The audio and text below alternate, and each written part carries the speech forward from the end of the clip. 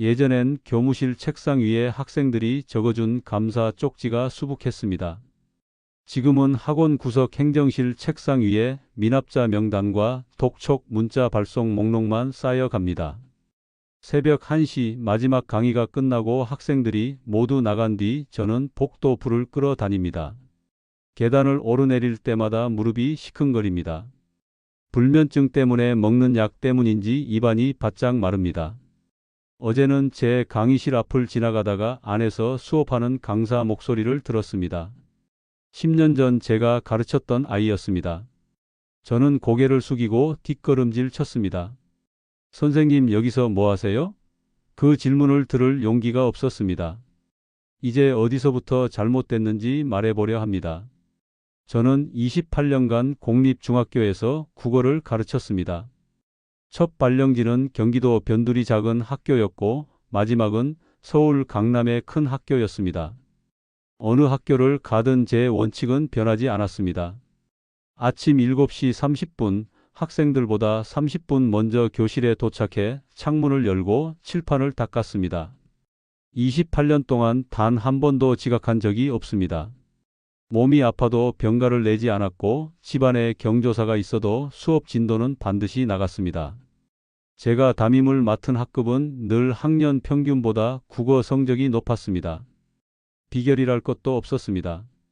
그저 성실하게 준비하고 아이들 눈높이에서 설명했을 뿐입니다. 졸업식 때마다 학부모들이 따로 찾아와 인사를 건넸습니다. 선생님 덕분에 우리 애가 책을 읽기 시작했어요. 선생님 같은 분이 진짜 스승이십니다. 그럴 때마다 저는 쑥스러워하면서도 가슴이 뿌듯했습니다. 이것이 교사라는 직업이 주는 보람이었습니다. 퇴직 전날 동료 교사들과 제자들이 준 꽃다발을 안고 교문을 나설 때 저는 떳떳했습니다. 아내는 남편을 자랑스러워했고 대학생인 딸은 친구들에게 우리 아빠는 진짜 선생님이라고 말하곤 했습니다. 통장에 찍힌 퇴직금 2억 4천만 원을 보며 저는 생각했습니다. 이 돈으로 인생 2막을 시작하면 되겠구나. 28년 성실의 대가라면 충분하다고 믿었습니다. 명예퇴직을 6개월 앞두고 저는 코엑스에서 열린 프랜차이즈 창업 박람회에 갔습니다. 아내와 함께였습니다. 화려한 부스들 사이를 걷다가 한 곳에 발길이 멈췄습니다. 프리미엄 스터디 카페였습니다. 부스 직원이 반갑게 다가왔고 저희를 안쪽 상담 테이블로 안내했습니다. 본사 담당자는 태블릿으로 수익 모델을 보여주었습니다. 회원 150명만 채우면 월 순수익 500만 원입니다. 인건비가 없으니 고정비가 적고요. 무인 시스템이라 사장님은 관리만 하시면 됩니다. 교육시장은 불황이 없습니다. 학생들은 계속 공부해야 하니까요. 그의 설명은 논리적이었습니다. 저는 고개를 끄덕이며 질문을 던졌습니다. 그런데 요즘 무인 스터디 카페가 많이 생기던데 경쟁은 괜찮습니까? 담당자가 웃으며 대답했습니다. 저희는 프리미엄입니다. 싸구려 무인 카페와는 다릅니다. 쾌적한 환경, 최신 시설, 그리고 무엇보다 관리가 철저하면 학부모들이 알아서 보냅니다. 특히 선생님 같은 분이 운영하시면 완벽하죠. 학생 다루는 노하우가 있으시잖아요. 그 말이 제 귀에 달콤하게 들어왔습니다. 맞습니다. 저는 28년간 학생들을 다뤄왔습니다. 교실 분위기를 만드는 법을 압니다. 아이들이 무엇을 원하는지 압니다. 집에 돌아와 계산기를 두드렸습니다. 가맹비 3천만 원, 인테리어 1억 5천만 원, 보증금 5천만 원, 초기 운영 자금 3천만 원, 합계 3억 6천만 원, 퇴직금 2억 4천에 부족한 1억 2천은 전세 살던 집을 담보로 대출받으면 됩니다. 2년이면 원금 회수하고 그 다음부터는 순수익입니다. 월 500씩 1년이면 6천, 2년이면 1억 2천. 숫자는 거짓말을 하지 않았습니다. 일주일 뒤 저는 본사 직영점을 방문했습니다. 강남역 근처 깨끗한 건물 3층이었습니다. 문을 열고 들어서니 은은한 조명 아래 학생들이 조용히 공부하고 있었습니다. 한쪽에는 프린터와 정수기, 간식 자판기까지 갖춰져 있었습니다. 이거면 되겠다 싶었습니다. 치킨집처럼 기름 냄새 나고 망하는 업종이 아닙니다. 교육은 영원하니까요. 오픈한 지 석 달이 지났을 때 회원 수는 90명이었습니다. 목표는 150명이었습니다. 본사 담당자에게 전화했더니 초기라서 그렇다며 걱정 말라고 했습니다. 마케팅 좀 더 하시고 주변 학교에 전단지 돌리세요. 금방 차오릅니다. 저는 그 말을 믿었습니다. 문제는 회원 수가 아니라 관리였습니다. 교실에서 통했던 제 권위가 여기서는 전혀 먹히지 않았습니다. 밤 11시쯤 CCTV를 확인하다가 고등학생 2명이 좌석에서 치킨을 먹는 게 보였습니다. 스터디 카페는 음식물 반입 금지입니다. 저는 해당 좌석 번호로 전화를 걸었습니다. 여보세요, 학생. 음식물은 반입 금지입니다. 지금 치우세요. 전화 너머로 짜증 섞인 목소리가 들렸습니다. 아, 알았어요. 그런데 30분이 지나도 치우지 않더군요. 다시 전화했습니다. 학생, 아까 말했는데 왜 안 치우나요? 그러자 상대방이 버럭 소리를 질렀습니다.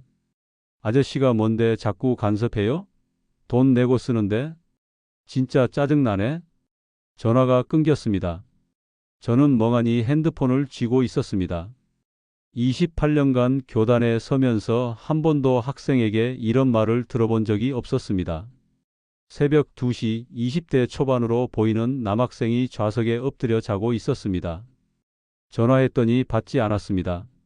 화장실에서는 담배 피운 흔적이 보였습니다. CCTV를 돌려보니 3명이 화장실로 들어갔다가 나왔습니다. 저는 그들에게 문자를 보냈습니다.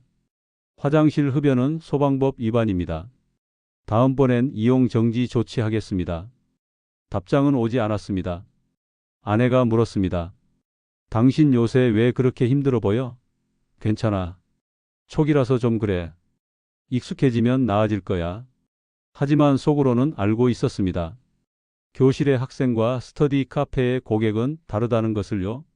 오픈한 지 1년이 지났을 때 반경 500m 안에 무인 스터디 카페가 3곳 더 생겼습니다.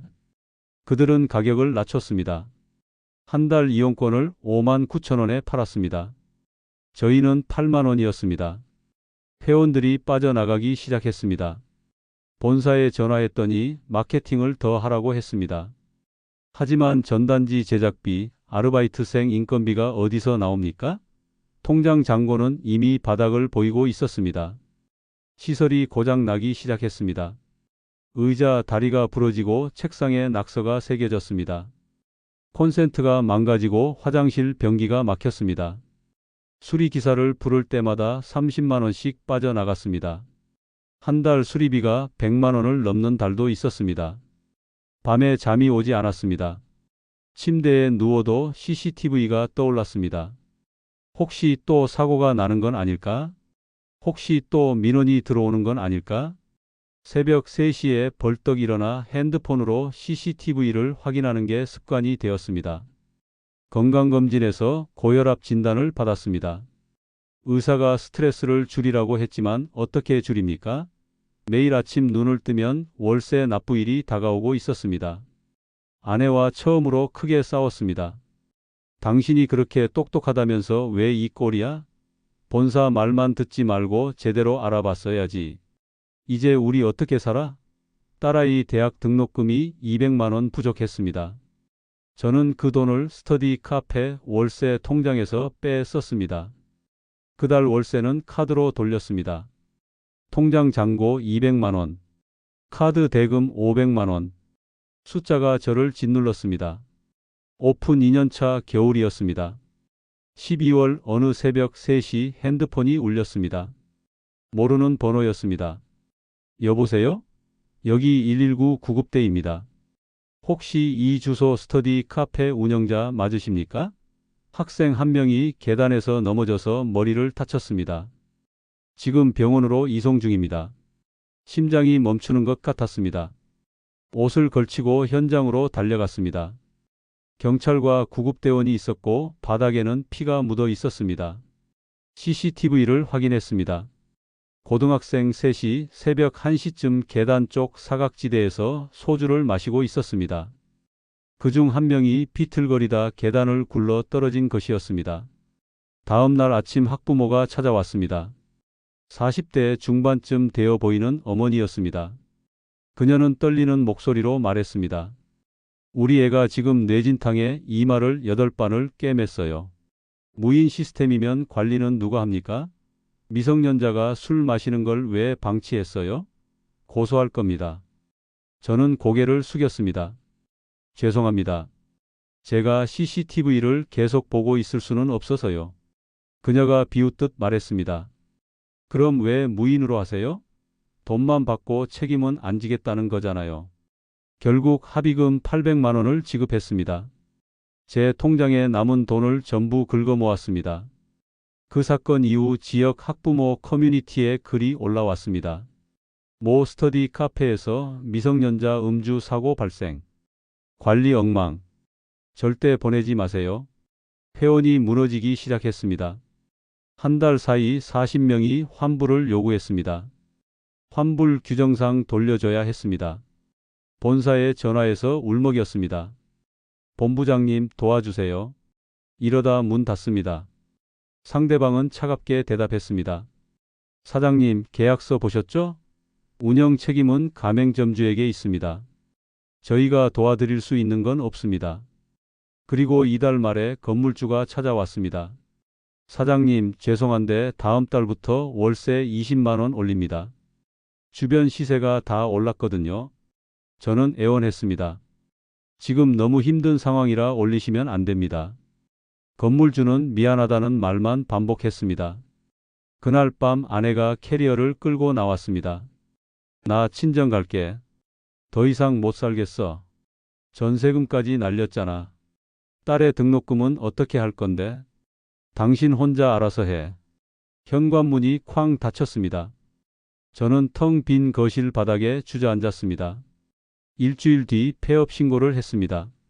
남은 건 빚 6천만 원과 팔리지 않는 책상과 의자들 뿐이었습니다. 지금 저는 동네 학원에서 야간 행정 직원으로 일합니다. 월급 180만 원입니다. 오후 3시에 출근해서 밤 12시에 퇴근합니다. 학생 출결 체크하고 학부모 문자 보내고 강의실 청소합니다. 이 학원에는 10년 전 제가 가르쳤던 제자가 강사로 있습니다. 처음 마주쳤을 때 그 아이가 깜짝 놀라며 말했습니다. 선생님 여기서 뭐 하세요? 저는 웃으며 대답했습니다. 선생님도 이제 은퇴했으니 용돈이나 벌어야지. 그 뒤로 복도에서 마주칠 때마다 저는 고개를 숙입니다. 아내는 아직 친정에 있습니다. 일주일에 한 번 통화할 때마다 이혼 이야기가 나옵니다. 딸아이는 아르바이트를 3개 하면서 학교를 다닙니다. 아빠 괜찮으니까 신경 쓰지 말라고 하지만 제 목소리는 힘이 없습니다.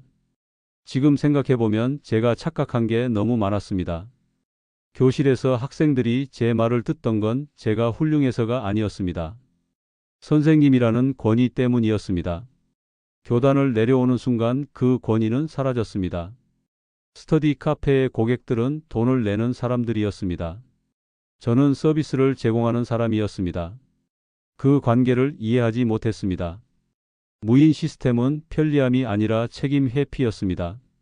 사람이 없으니 문제가 생겨도 대응할 수 없었습니다. 본사는 처음부터 이길 수 없는 게임을 저에게 팔았던 겁니다. 이 영상을 보시는 은퇴 예정자 여러분께 말씀드립니다. 프랜차이즈 본사가 보여주는 숫자를 믿지 마십시오. 그들은 성공 사례만 보여줍니다. 실패한 사람들은 조용히 사라질 뿐입니다. 그리고 과거의 경력을 과신하지 마십시오. 교사였던 임원이었던 새로운 세계에서는 그저 초보일 뿐입니다. 28년 교직 생활이 3억 4천만 원으로 환산되었고 그 돈은 2년 만에 증발했습니다. 제게 남은 건 빚과 후회뿐입니다. 하지만 이제는 인정합니다. 제가 잘못 선택했다는 것을요.